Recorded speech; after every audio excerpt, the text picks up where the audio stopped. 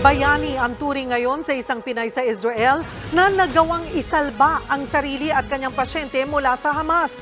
Sinuhulan niya ang grupo para lang hindi sila patayin. Nasa frontline ng balitang yan, si Camille Samonte.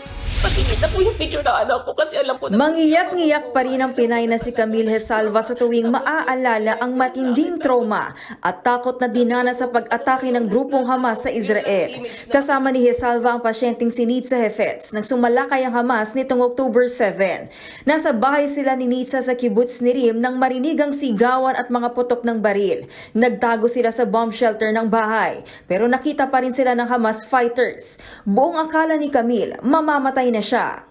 Hiningi ko po yung picture ng anak ko. Sabi ko, pakita po yung anak ko.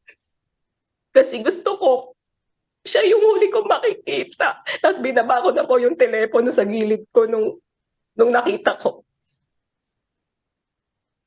Ayoko pa pong mamatay. Kawawa yung anak ko.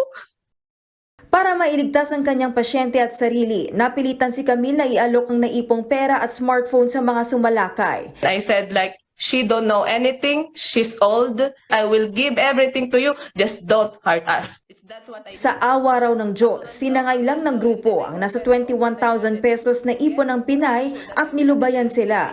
Dahil sa malasakit at katapangan, maraming Israeli ang humanga kay Hesalva. Natatakot po talaga ako kasi ayoko mawalan ng mama yung anak ko, pero ba't ko po iiwan yung taong pinangakuan ko na hindi ko siya iiwan? Lalo rin daw lumalim ang relasyon nila Camille at Nitza. Uuwi na ang Pinay sa Nobyembre para makasama ang anak. Pero babalik pa rin daw siya ng Israel sa kabila ng gyera. Nagbabalita mula sa Frontline, Camille Samonte, News 5. Mga kapatid, Cheryl Cosim po. Iba na ang may alam at may pakialam sa panahon ngayon. Para sa tuloy-tuloy na balitaan sa Frontline, mag-follow at mag-subscribe sa social media pages ng News 5.